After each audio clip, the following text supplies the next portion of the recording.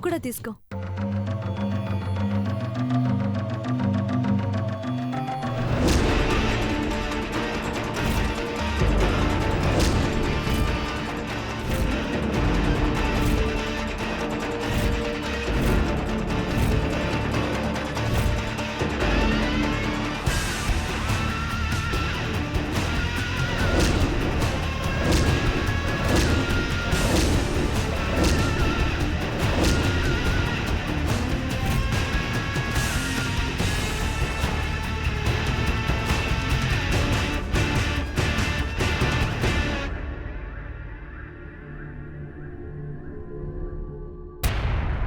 అందరి చేతులు గమనించినా ఏ ఒక్కరి చేతికి గంధం పారాణి అంటలేదు అఖిల.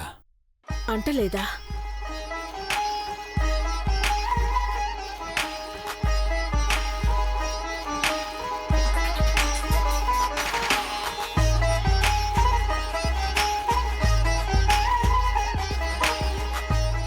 సిద్ధాంతి గారు, అందరూ ప్రసాదం తీసుకున్నారు, కాని ఎవరో కనుక్కోలేకపోయాం.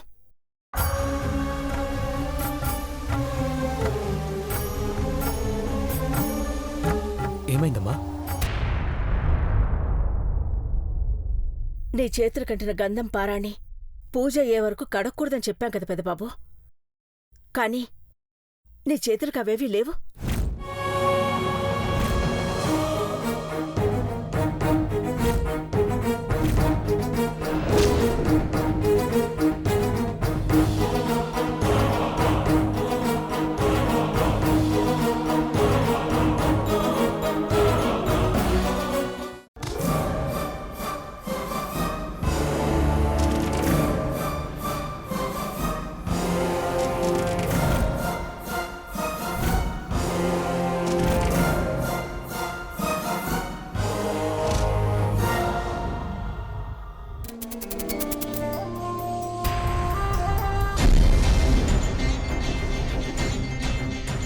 పద.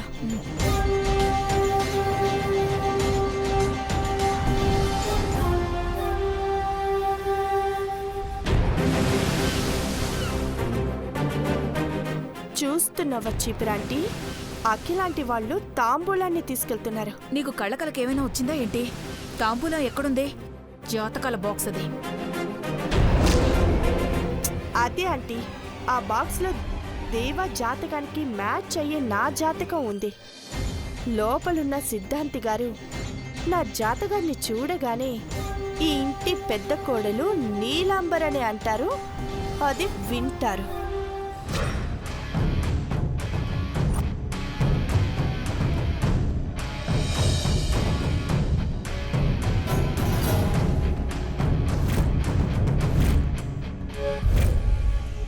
సిద్ధాంతి గారు, మీరు చెప్పినట్టే చేశాం, అన్నట్టే నడుచుకున్నాం.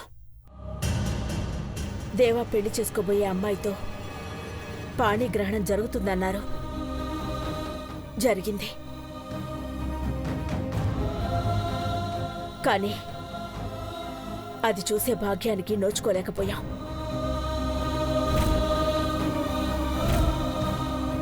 ఏం జరిగిందో పెద్దబాబుని నిలదీసి తన మనసును గాయపరచలేం.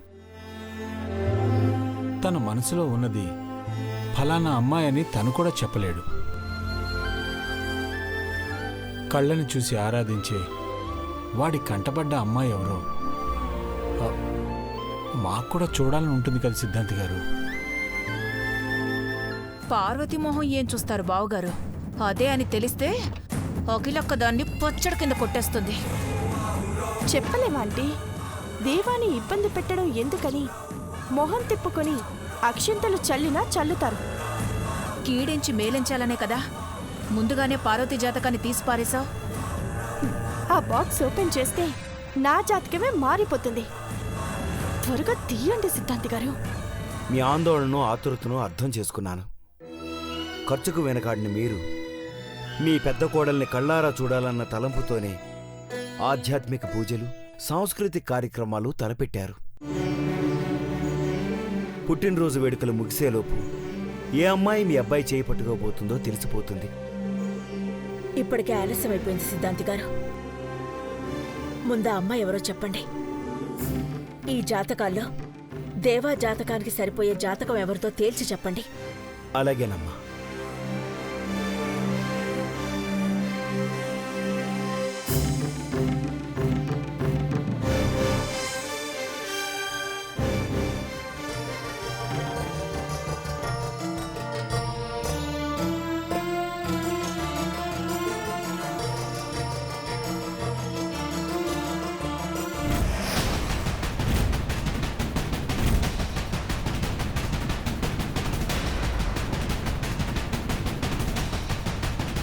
మళ్ళీ అమృత గడియలు రావాలమ్మా. ఇప్పుడు మిట్ట మధ్యాహ్నం అయింది. ఈ సమయంలో ఎవరి జాతకాన్ని చూడలేము, చూడకూడదు.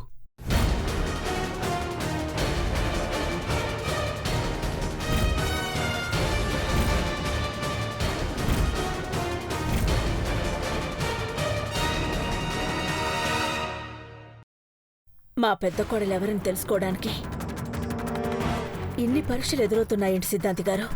సంధ్యవారితే ముహూర్త బలం వస్తుంది. అప్పుడు ఈ జాతకాల్లో తళుక్కుమనే గ్రహబలం ఎవరిదో తెలుస్తుంది. కాస్త ఓపిక పట్టండమ్మా.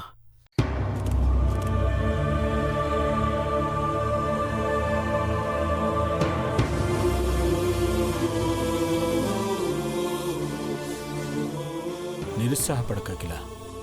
సాయంత్రం ఎలాగో నీ బర్త్డే వేడుకలు మొదలవుతాయి. మన పెద్ద కోడలెవరో ఆపాటికే మనకు తెలిసిపోతుంది.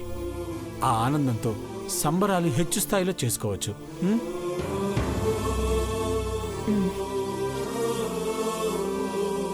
అలాగే కానివ్వండి సిద్ధాంతి గారు. మీకు ప్రత్యేకంగా వసతి ఏర్పాటు చేశాం. మా ఆతిథ్యాన్ని స్వీకరించండి. సంతోషమమ్మా, వెళ్ళొస్తాను.